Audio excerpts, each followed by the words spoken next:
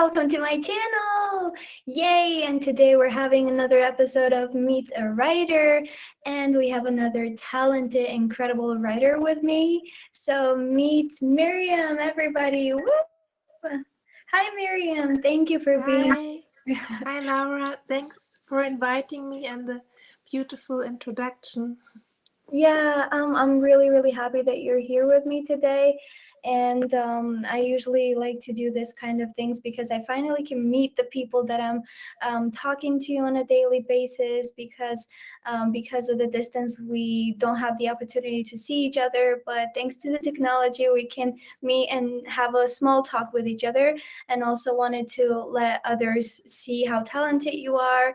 A lot of people, a lot of my subscribers are getting kind of a new look into the people they haven't read before, they didn't know before. So I think it's a great opportunity for us to show how talented you are. Thanks so much. And I'm a big fan of your interview, so I enjoyed the last two and and your first two, and I love the energy, and Oh, and also I think it's beautiful to listen to other creatives so that you feel they think about the same stuff, or it makes me more creative. So yeah, thank you. Thank you so much for the beautiful feedback because it's really important for me to kind of transfer all the energy that I have at the moment, and also to feel that whatever I'm doing is kind of useful or helpful to other people. So thank you very much for that. Your words mean the world to me. So yeah, the first question would I guess be, first of all, you're living in Germany, but are you German? yes, I'm German. Yes. You are German. Okay. That's incredible. My manager lives in Germany. She's not German though. But yeah, usually the time thing was really kind of relatable to me because that's how I usually put our meetings. So yeah, but she lives in Munich. But yeah, that's Yeah, beautiful. yeah, incredible. I would love to come to Germany one day. That would be great. I've been to Munich once, but I haven't been to Berlin. So yeah, I wish I could do that. So how old are you? If it's not a secret. Yeah, no, it's not a secret. I'm 44. Oh my God, really? Are you Yes, serious? Oh my God, you don't look like that at all. I know. Most people um, think that I'm younger. So Yeah, for sure. I thought you were like 28 or like oh, thanks, 29. The thanks. maximum would be like 30. But yeah, that's probably because of your beautiful smile, because you're such a positive and smiley person, and that kind of gives the young energy. Thanks so much. So when did you start writing, and why did you start writing? When did you understand that you wanted to write? I started to write very early at the times when I could hold a pen, and I always was a creative. I just started with painting and drawing, and through all my kindergarten time I painted and painted, and then I learned to write, and this was the moment I think when I started to write. I also had a friend when I was 8 or 9, and we wrote together stories. So she began, and then I continued, and back and forth, and this was beautiful. Wow, you are such a creative child. I love that you mentioned the painting part because I see from your account that it stayed until this moment, right? So you're still painting. Sometimes that's one of the unique things that I've noticed about your account is that you usually don't just write the whole poem on paper, but you just cut out some things and then you draw some things and it makes it so much more unique. That's Thanks such an so interesting much. format. How did you come up with that kind of a format?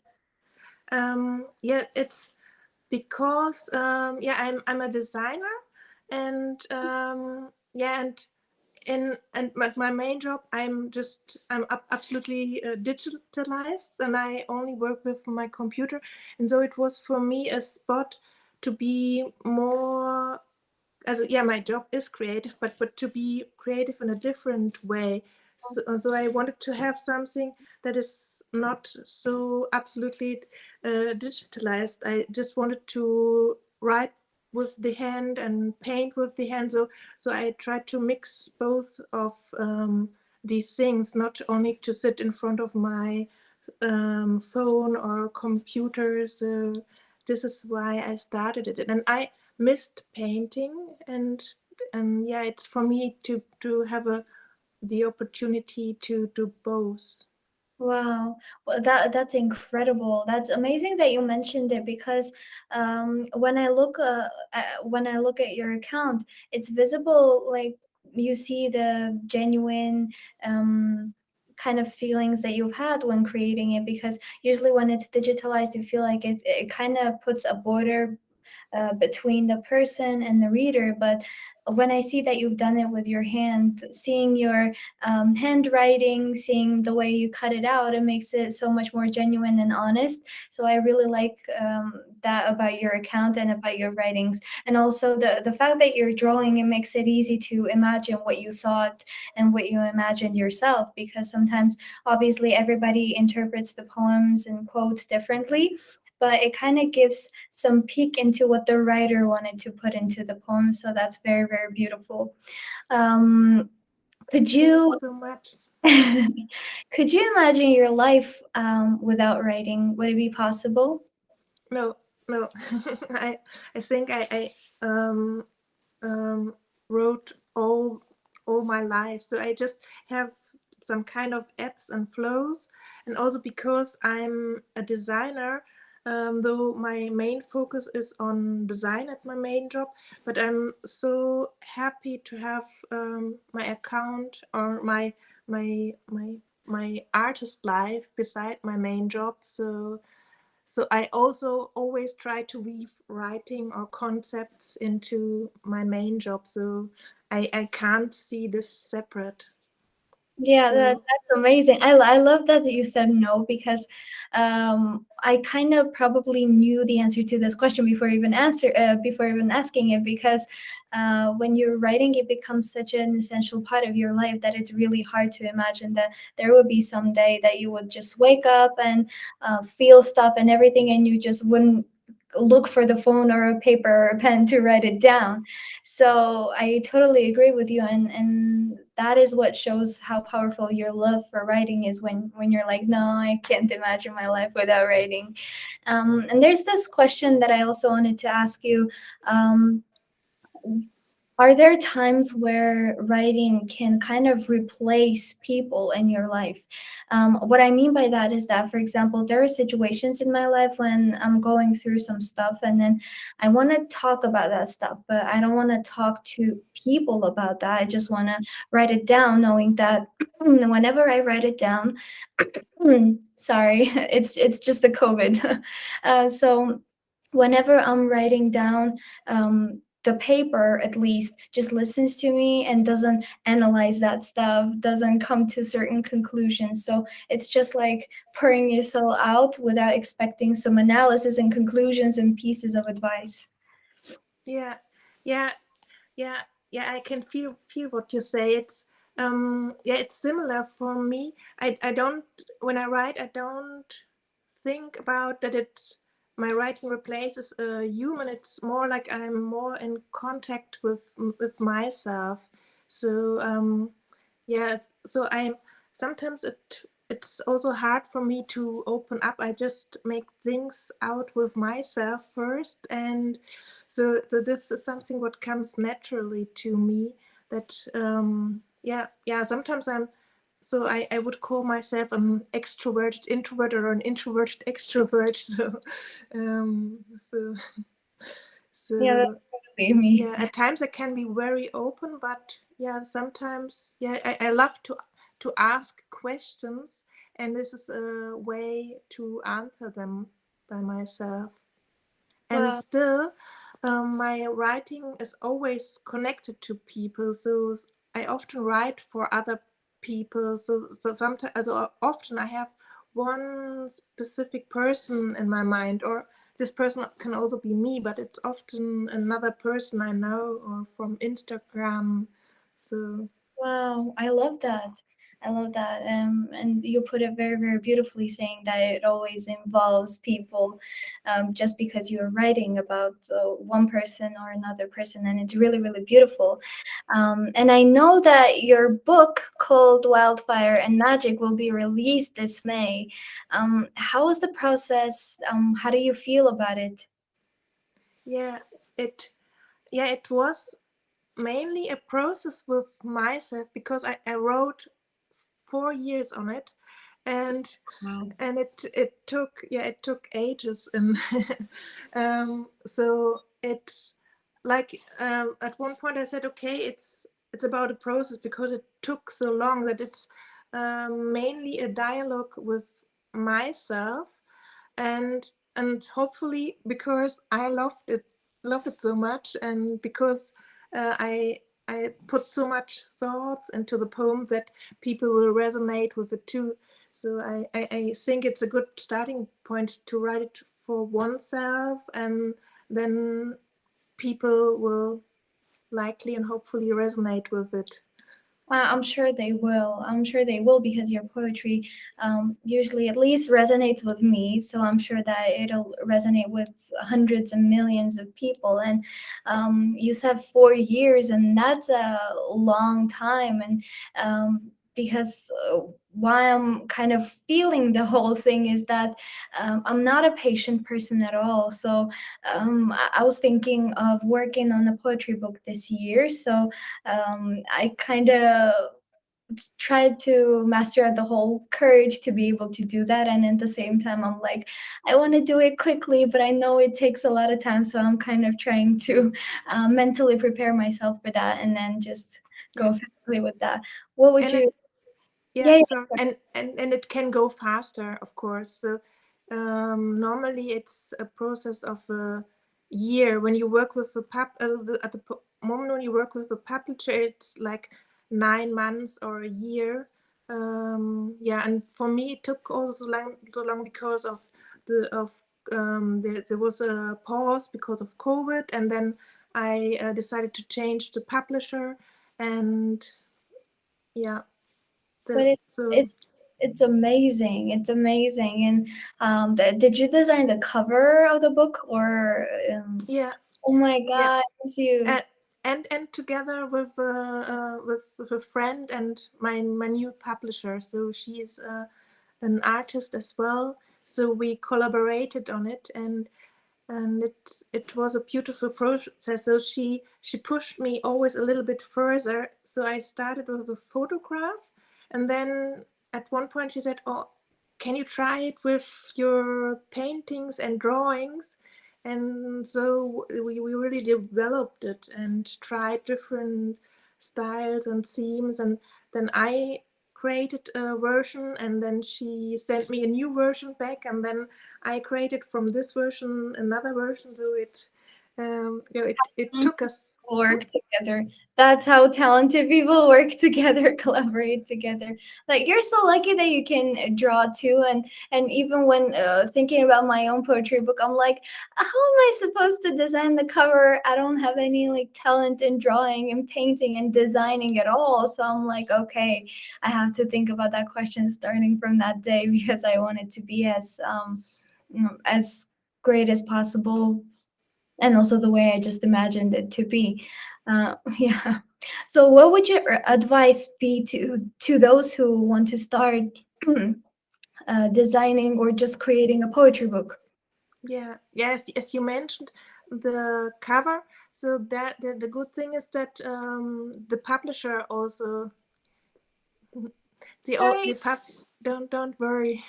So I'm happy to hear that you are feeling not that bad because of COVID. Yeah, So I'm getting better with every day. yeah. And yeah, yeah, when it comes to the cover, the good thing is that the publisher will take care of it. And Rena, my publisher, also started the cover at the very beginning, so I had it out of my head. So this was a very beautiful process. So often the cover is very emotional and a very big thing for the writer, and she knew this, and we that's why we created the cover launch very early. So I have it now, and now I can focus on the words. Yeah. And yeah, I have a second tip when it comes to writing.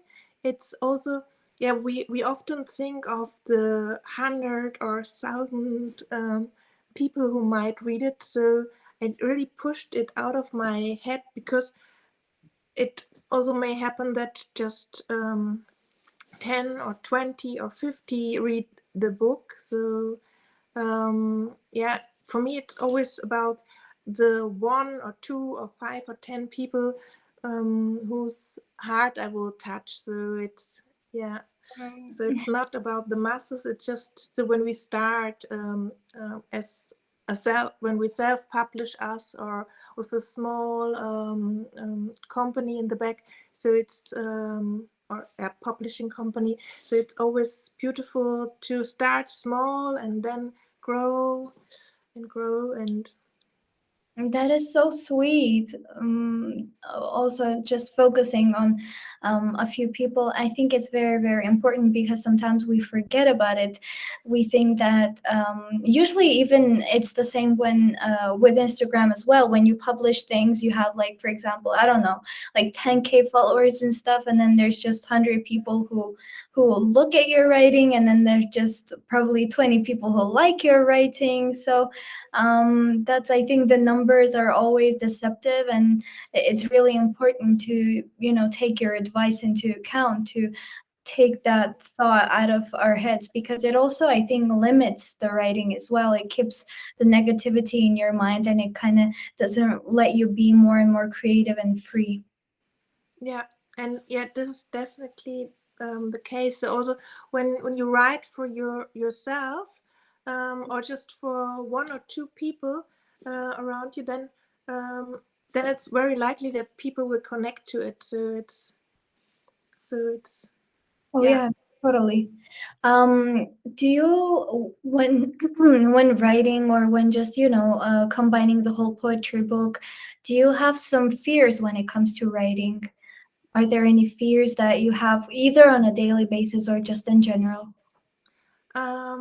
Yeah, as when it comes to publishing the book, is, yeah, but then maybe I have some fears that it will never be published. But the good thing, I already have an own book that is published, so I think it's also good to start slow. And I started with a chat book, and this is already published.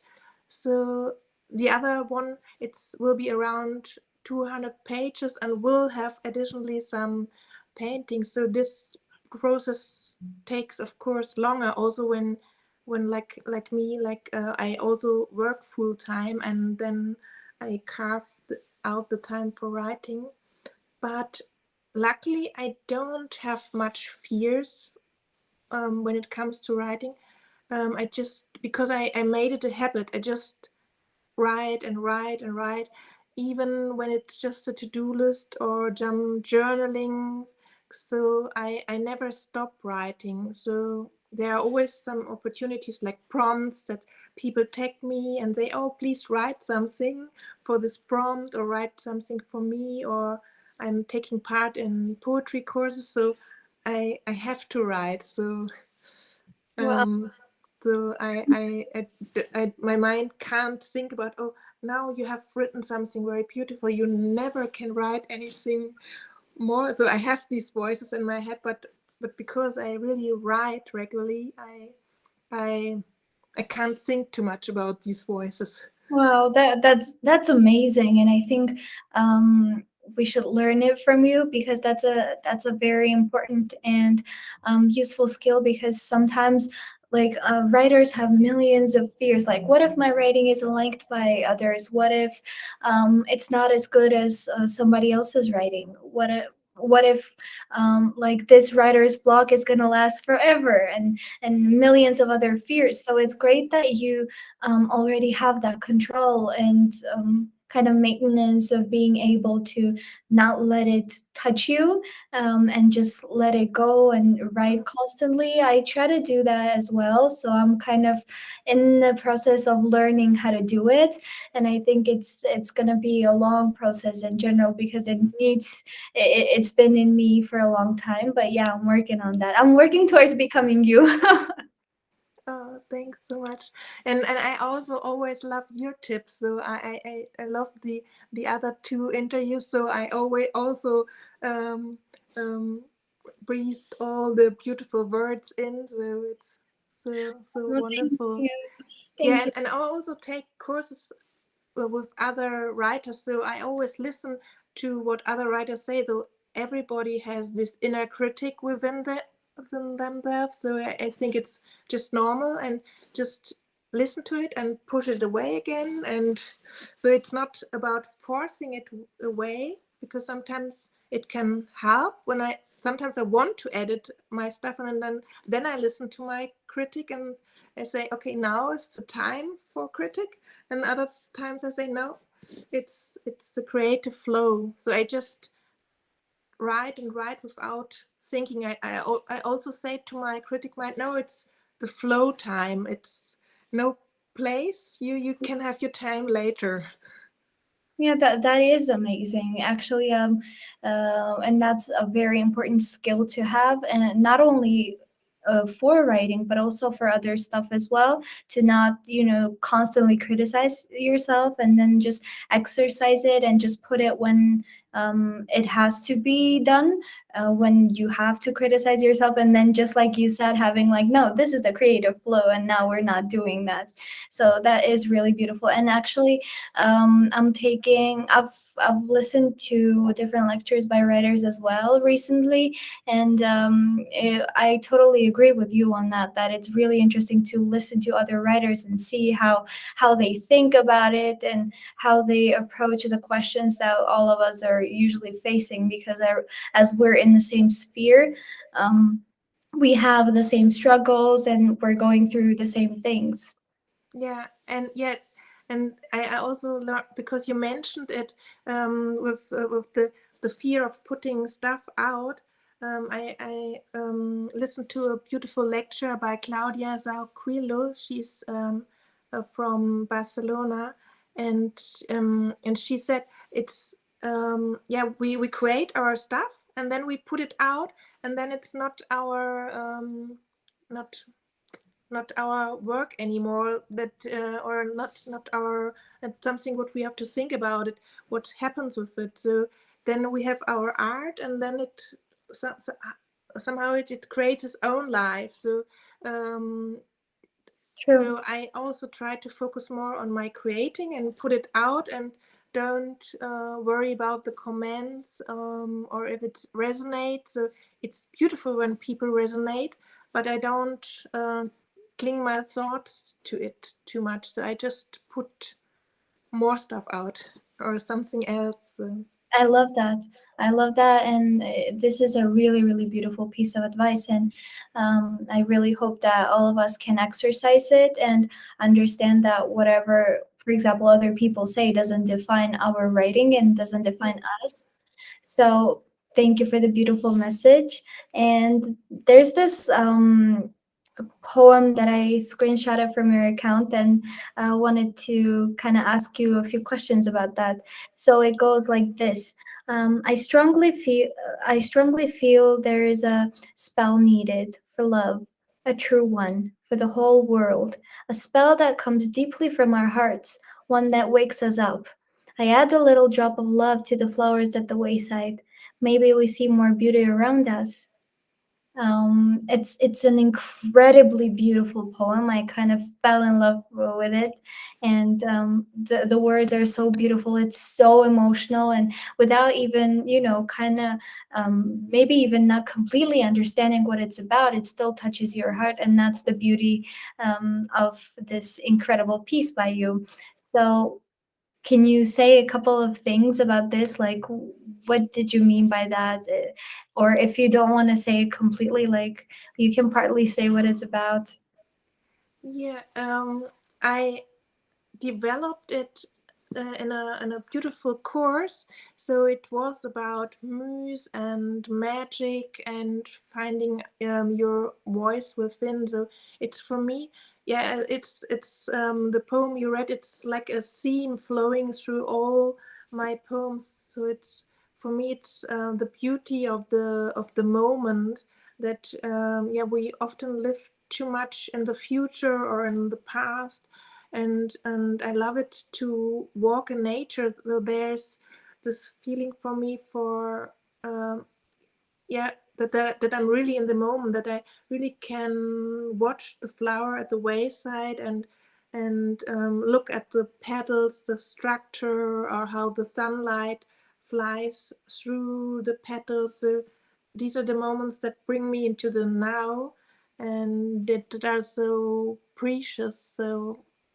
and I also, what makes me happy is when I'm in the woods. So I live close to open fields, and then I walk a little bit more, and then I'm in the forest, and then I always feel that the trees doesn't want anything from me, so I just can be and let go immediately.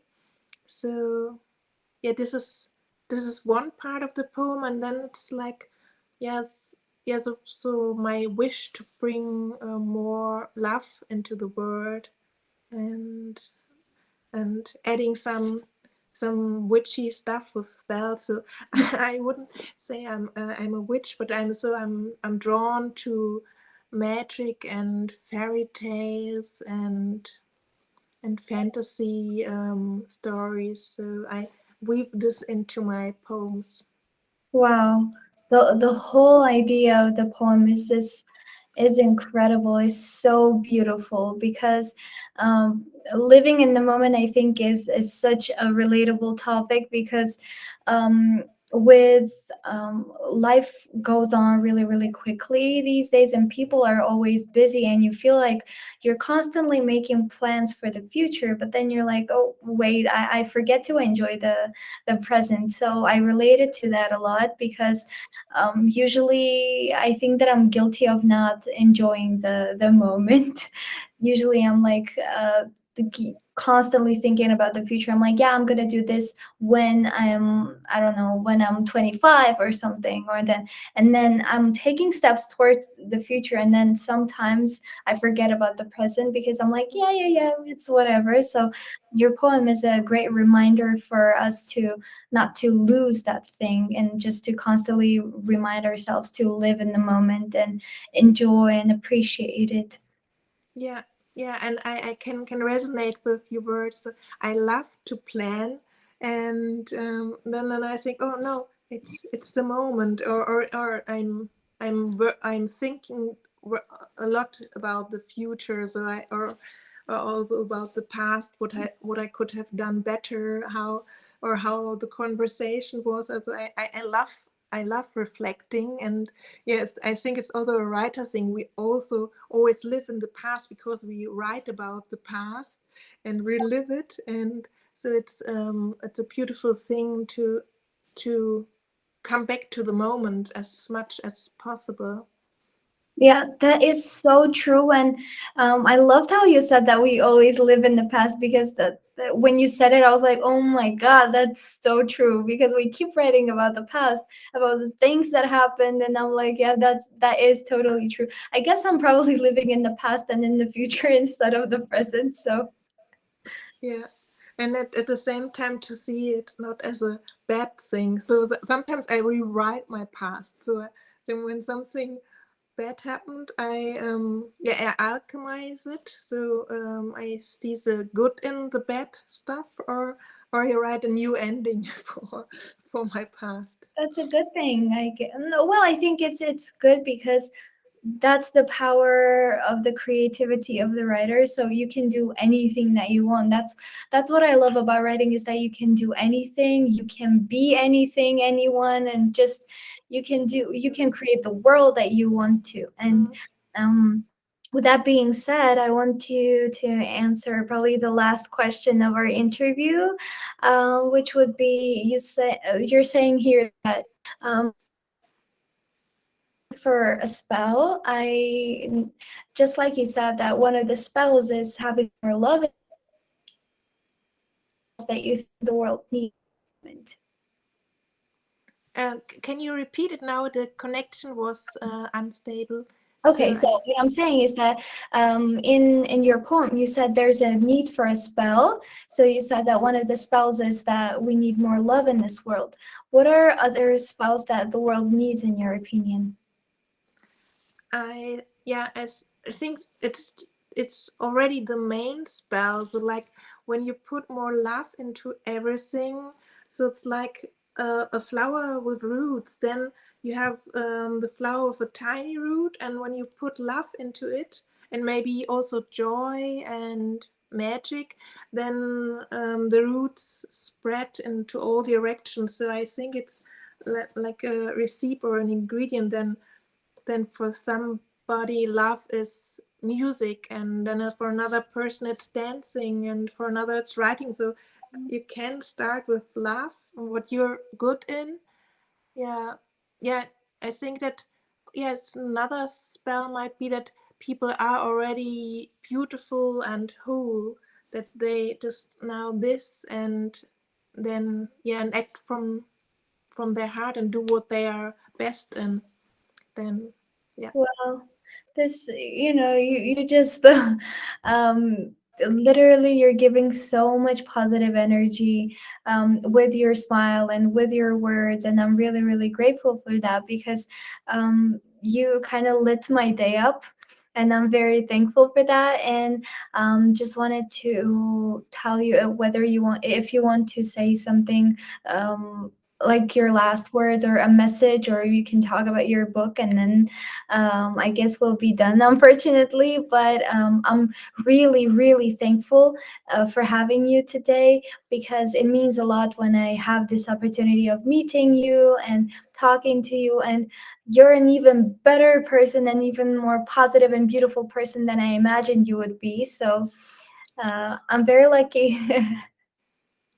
Thanks so much. And I also so resonate with your energy and your positivity. So it's like, yeah, this like I feel like I came up with a new poem while talking to you, and and yeah, That's the best thing in the world, the best compliment in the world. So, any last words you have? um, at the moment, not like feel like feel like I'm completely in the present moment, and and yeah, and I think we said it all, and um, I yeah, agree with you. yeah, my head is like I'm at the moment I'm absolutely, my head is blank like a white paper. And That's, I think, great because we talked about a lot of stuff, and I think that's a good sign that it's just like a blank paper. You're gonna start now after this call. You're gonna start from scratch. yeah, New things, new ideas, and stuff. yeah, yeah, and yeah, it's also I'm not afraid of this blank paper, so it's always filled with new stuff. Yeah. So this, I think you asked about fears. This is one of my fears, that I can't do all the things I want to do. So I'm usually blocked because I have too much ideas. So I enjoy when it feels a little bit less and a little bit more still when I I have. totally agree with you. That's the same for me. We relate on that too. So that's incredible. We have so much in common. Yes, I feel the same. So, Thank you very much for being here today. I hope you have a beautiful day, and hopefully we'll meet each other in the future again for this kind of an interview. It was a huge pleasure for me. Thank you very much. yeah, thanks to you too. It was a pleasure for me too, and so beautiful to meet you in person. Thank you. Thanks. Have a beautiful day. Yeah, thanks. Bye bye.